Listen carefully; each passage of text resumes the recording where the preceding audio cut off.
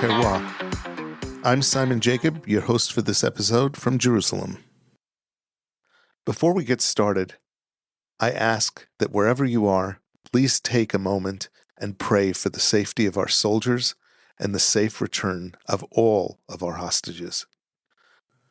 Welcome back, dear listeners, to the Kosher Terroir, the podcast where we explore the rich tapestry of kosher wines, the people behind them, and the stories that have shaped the world of wine as we know it.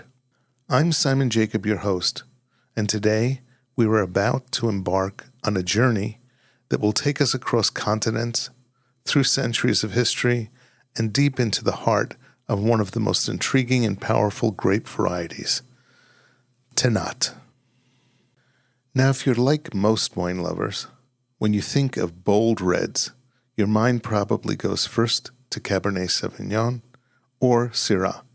But today, we're turning the spotlight into a grape that is often flown under the radar. Yet, it has a cult following, a fascinating backstory, and a flavor profile that commands respect. Tannat. This is a variety that doesn't just whisper complexity, it roars it. In this episode, we're going to peel back the layers of Tannat's remarkable story. We'll explore its ancient origins and how it migrated from its birthplace in the foothills of the Pyrenees to new lands where it has found a second home and a whole new identity. We'll uncover how this once rustic and tannic grape became the national pride of Uruguay and why some of the world's most passionate winemakers are now championing Tannat as the varietal of elegance, structure, and surprising finesse. You'll hear about how Tannat earned its reputation as a grape that can outlast time itself, producing wines of immense longevity, capable of aging gracefully for decades. We'll share compelling stories from the vineyard, from small family plots in the French heartland to expansive estates in South America, and we'll reveal some lesser-known facts, like how Tannat has found its way into the kosher winemaking world, and how new techniques are transforming what's possible with this ancient grape. But why does Tannat deserve your attention as a kosher wine lover? Well, beyond its sheer power and potential, Tannat challenges us to rethink what bold red wines can be. It forces us to reconsider our assumptions about structure, ageability, and food pairing. And perhaps more importantly, Tannat invites us into a conversation about tradition, innovation, and identity in the wine world. After all, this is a grape that had to migrate, adapt, and reinvent itself, much like the communities that have shaped kosher wine history across the centuries. So whether you're a seasoned collector looking for your next cellar-worthy bottle, or a curious newcomer eager to discover something off the beaten path, I promise, by the end of this episode, you'll never look at a Tannat the same way again. What makes Tannat one of the most tannic grapes in the world? How did it become a symbol of national pride in Uruguay? And why do French farmers still revere it? Is Tannat always a powerhouse, or can it show elegance and grace? And in the kosher wine world, where does Tannat fit in? Is it the future of bold kosher reds? Well, we'll answer that, and so much more, in the episode ahead. If you're driving in your car, please focus on the road ahead. If you're relaxed at home, please pour yourself a glass, maybe of a robust red. If you have one handy, settle in and join me as we journey through the world of Tannat. Let's begin, as always, with its roots, the history of this extraordinary grape. Tannat's story begins in the rugged, sun-drenched foothills of the Pyrenees Mountains, a land straddling modern-day southwestern France and the Basque region. It is here, in these stony soils and cool mountain breezes, that Tannat first took root. The grape's name, as you might guess, comes from its defining characteristic, its extraordinary tannic structure. In Old Gascon dialect, the word Tannat is closely tied to tannin, the term for the tannins that give red wines their backbone and structure. From its earliest cultivation, Tannat was a grape for those who valued strength and longevity in their wines. Local farmers and winemakers in Madiran, a small appellation near the heart of Gascony, recognized that Tannat yielded wines so dense, so astringent in their youth, that they could endure years, even decades of aging. A wine of patience, of waiting, a wine that mirrored the character of the land and the people who nurtured it. By the Middle Ages, Tannat was firmly established in the Madiran and surrounding Bian and Basque territories. Monasteries played a crucial role in its development as monks cultivated Tannat vines alongside other traditional varietals, producing wines not only for local consumption, but also for pilgrims journeying the Camino de Santiago. These were wines meant to fortify body and spirit, robust companions for the long and arduous trek to Santiago de Compostela. Tannat remained largely a local treasure for centuries, its cultivation mostly limited to small plots scattered across the hillsides of Madiran. The wines were rustic, dark, and tannic to the point of being nearly undrinkable in their youth, yet fiercely beloved by those who appreciated their aging potential. Traditionally, these wines were blended with small amounts of other local grapes, such as Cabernet Franc or Fer, to soften their harsh edges. But Tannat's destiny would change dramatically in the 19th century.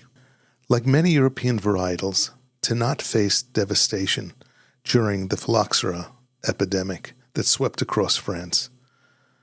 As vineyards were replaced and reimagined, Tannat held on stubbornly like the grape itself. Yet, the most dramatic chapter in its global journey was just about to begin. In the 1870s, Basque immigrants brought Tannat cuttings with them as they settled in South America, particularly in Uruguay. These early settlers, many of whom longed for the taste of home, planted Tannat in the rich soils of their adopted land. Little did they know that Uruguay would one day claim Tannat as its national grape, transforming its identity forever.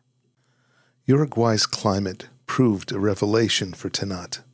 The Atlantic breezes, the warm sun, and the clay loam soils produced grapes that retained the power and structure of the French Tannat, but gained a softness, a fruit-forward character, and a drinkability that would have astonished those old farmers at Madiran. What in France had been a wine of endurance and austerity became in Uruguay a wine of generosity and approachability. Still bold, still structured, but with an elegance that drew new admirers. By the mid-20th century, Tannat was firmly entrenched in Uruguay's wine culture. Small family wineries, many still run by descendants of those original Basque immigrants, began refining their techniques, experimenting with oak aging, micro-oxygenation, a technique pioneered by the French winemaker Patrick de Corneau, to tame Tannat's tannins, and later, modern vineyard management to produce wines of both power and grace. Meanwhile, back in France, Tannat continued to evolve. Modern winemaking, gentler extraction methods, the use of new oak, blending strategies, allowed winemakers in Madiran to soften Tannat's once brutal edges. Today, Madiran wines, while still firm and structured, are far more accessible in their youth, showcasing dark fruit, spice, and earthy tones that reflect both tradition and innovation. In the late 20th and early 21st centuries, Tannat began attracting attention beyond its strongholds of Madiran and Uruguay. In the United States, particularly in California's Central Coast, Paso Robles, and even Virginia, pioneering winemakers planted Tannat drawn to its reputation for structure, ageability, and unique character. In Israel, where the kosher wine world has expanded its varietal horizons in recent decades, Tannat plantings are rare but growing, with a few adventurous producers experimenting with single varietal bottlings and blends, recognizing the potential for Tannat's bold structure to pair beautifully with rich cuisine. Tannat's global rise speaks to the modern wine drinker's growing appetite for authenticity, for wines that tell a story of place and time, of struggle and triumph. It is a grape that has never sought the easy path, from the craggy slopes of Madiran to the sunlit vineyards in Uruguay. Tannat has always demanded the best of its growers, its winemakers, and yes, its drinkers. Tannat's history isn't just a timeline of where it was planted and how it was vinified. It's a tapestry woven with powerful moments, bold characters, and twists of fate that transform a rustic tannic grape into a symbol of resilience and national pride. Let's start with an early fact. Tannat was once called the black wine of Madiran, and for good reason. In the 17th and 18th centuries, Madiran's Tannat-based wines were so dark and dense that merchants shipping barrels down the Adour River and out of the ports of Bayonne would joke they could patch a sail with a splash of it. Sailors prized the wine for its longevity on long sea voyages. It didn't spoil easily, thanks to the same tannins that made it challenging to drink young. The phylloxera devastation of the 19th century is a key moment in Tannat's tale. While phylloxera ravaged French vineyards, wiping out entire regions, Madiran's small, scattered plantings of Tannat managed to survive in pockets longer than some other varietals, simply because the region was remote and less connected. But ultimately, like nearly all European vines, Tannat too had to be grafted onto American rootstock to survive. That shift forever altered vineyard practices and ushered in modern viticulture to the region. And then came one of the most remarkable migrations in the history of wine, Tannat's journey to Uruguay. In the 1870s, Pascal Hariag, a Basque immigrant, brought Tannat cuttings to Uruguay, likely as a reminder of home. Hariag was a visionary, and his plantings near Salto, in the north of the country, thrived. His success inspired others, and Tannat quickly spread across Uruguay, outcompeting other varietals and becoming a symbol of national agricultural identity.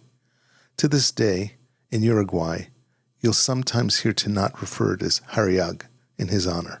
In a compelling twist, Tannat became a symbol of national identity for Uruguay, in much the same way Malbec did for Argentina, but with a smaller global spotlight.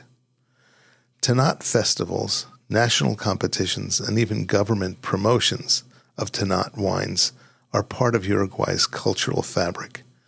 In 2002, Tannat was officially recognized as Uruguay's national grape, a testament to how this transplant from Europe became part of the country's soul. Back in France, a more recent chapter in Tannat's history centers on Patrick de Corneau, the winemaker who in the 1980s pioneered the use of micro-oxygenation, a technique that bubbled tiny controlled amounts of oxygen into the wine during fermentation and aging. This process helped tame Tannat's famously harsh tannins, softening the wine without long aging. De Corneau's work didn't just change how Tannat was made, it revolutionized winemaking for tannic reds worldwide. There are other modern stories too, like that of Bodega Garzón in Uruguay, whose ambitious investment in state-of-the-art technology and sustainable viticulture helped put Uruguayan Tannat on the global fine wine map in the 21st century. Their wines earned accolades from critics who previously hadn't paid much attention to Tannat.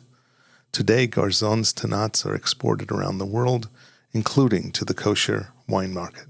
Another remarkable fact is that Tannat is one of the few grapes studied for its potential health benefits.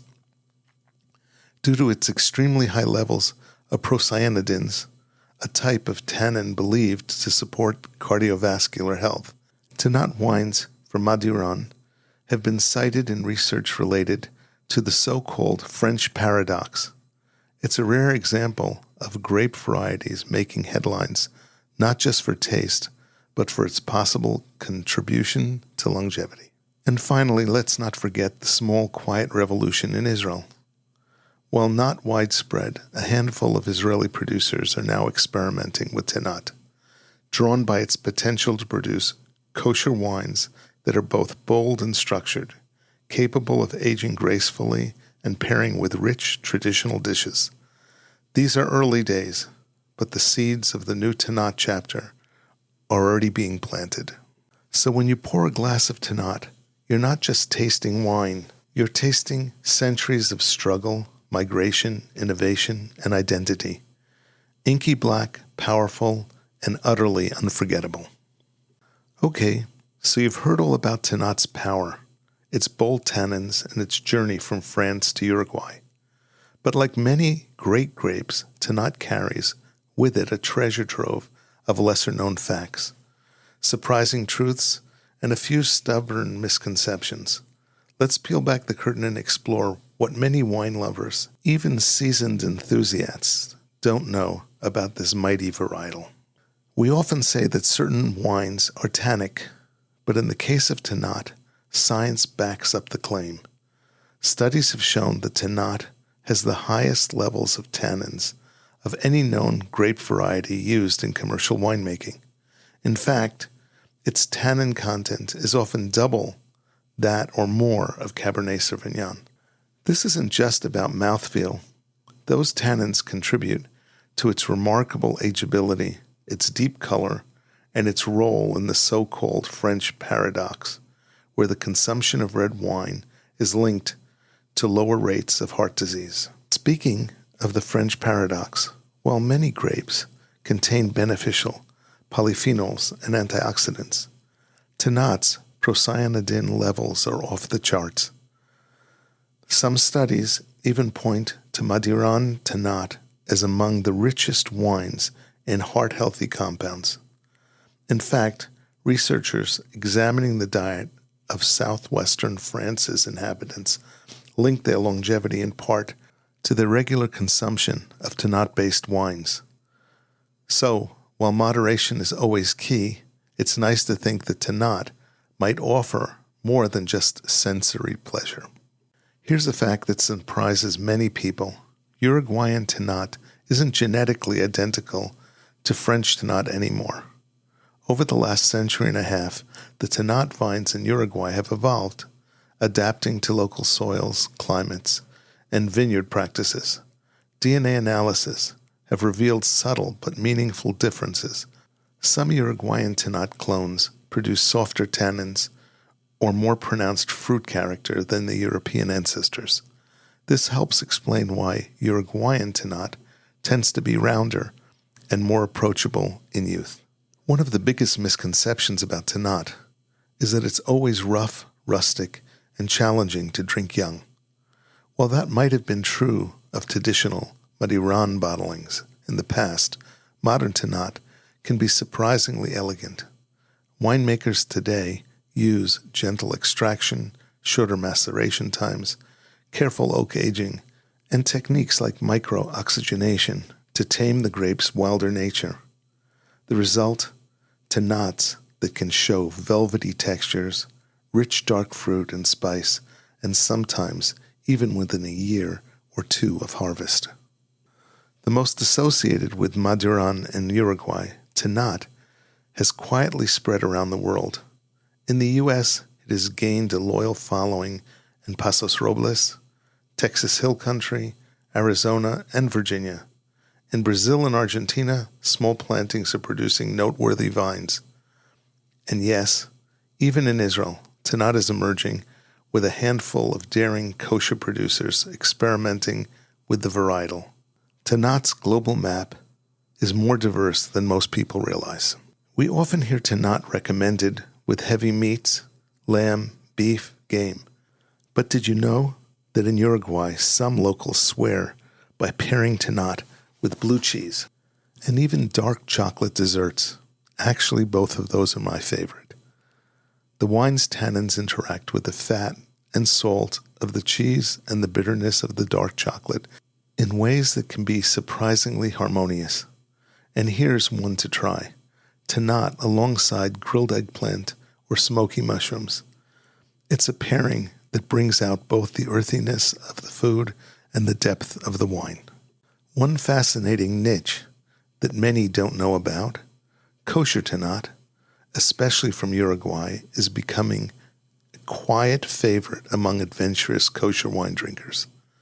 Though the quantities are still small, these wines offer bold, age-worthy options for those seeking something beyond the usual suspects like Cabernet and Syrah. And because Tannat's natural tannins give structure without needing much intervention, it's a grape that fits well with kosher production methods, emphasizing minimal additives. And here's a curiosity. Some ampelographers, say that 3 times fast, those are people who study grapevines in their history, believe that Tannat may share ancestry with certain ancient Basque and Iberian grapes that are now nearly extinct. This theory, though not fully proven, hints to Tannat's deep historical roots, perhaps stretching back far earlier than its known cultivation in Madiran. Tannat is a grape of hidden depths, literally and figuratively. Beneath its dark skins lie a world of complexity, history, and surprise. The next time someone tells you Tannat is just a tannic brute, you'll know better. You'll know it's a grape of nuance, culture, and untold stories. As we reach the end of our journey with Tannat, I invite you to pause for a moment and reflect on what this extraordinary grape represents, not just in the glass, but the wider story of wine, culture, and resilience. Tannat isn't just a grape of tannins and dark color. It's a symbol of endurance. From its origins in the rugged hills of Madiran, where monks and farmers coast life from stony soils, to its rebirth across the Atlantic in Uruguay, where it transformed into a gentler, more approachable wine without losing its soul. Tannat teaches us about adaptation. It reminds us that sometimes strength lies in flexibility, that boldness and refinement are not opposites. They can coexist, harmonize, and elevate each other. In the world of kosher wine, Tannat opens doors. It challenges us to look beyond the familiar and to embrace varietals that may not yet be household names, but which offer richness, depth, and unique voice. As more kosher producers experiment with Tannat, whether in Uruguay, Israel, or even California, they're pushing boundaries. They're offering kosher wine lovers the chance to experience something both ancient and new, something that defies easy categorization. And isn't that the beauty of wines? Each bottle is more than fermented juice. It's history, geography, tradition, and human creativity all bottled up and waiting to be shared. Tannat's story reminds us that wine is a conversation between the land and the vine, between the winemaker and the drinker, between the past and the present. So here's my invitation to you. The next time you're browsing for a bottle, whether at your local shop, online retailer, or just at a tasting, seek out a Tannat. Whether it's from Madiran, Uruguay, or a kosher producer pushing the envelope, give this grape a chance to speak to you. Taste its depth, feel its structure, listen to its story. If you find a kosher Tannat, I'd love to hear about it. Share your experience with me, message me through the Kosher Terroir website, or connect on social media. Let's build a community that explores together. And finally, revisit the episodes of the Kosher Terroir you may have missed. We've explored varietals like Carignan, Grenache, and Colombard. We've journeyed through the histories of wineries, the minds of winemakers, and the complexities of kosher certification. Each episode is a chapter in this ongoing conversation, and I hope you'll be joining me for many more.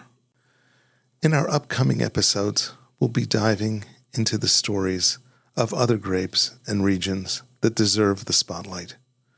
We'll meet winemakers innovating in the kosher space. We'll explore ancient vineyards reborn, and we'll ask big questions. What does the future of kosher wine look like? How can tradition and technology coexist in the vineyards and cellars? So, if you've enjoyed this journey with Tannat, I hope you'll subscribe, share this episode, and invite others to join us. Thank you for being part of this exploration. Tannat's story is far from over, and neither is ours. Together, we'll continue to uncover the hidden gems of the wine world. One glass, one episode, one conversation at a time. Until next time, l'chaim, cheers.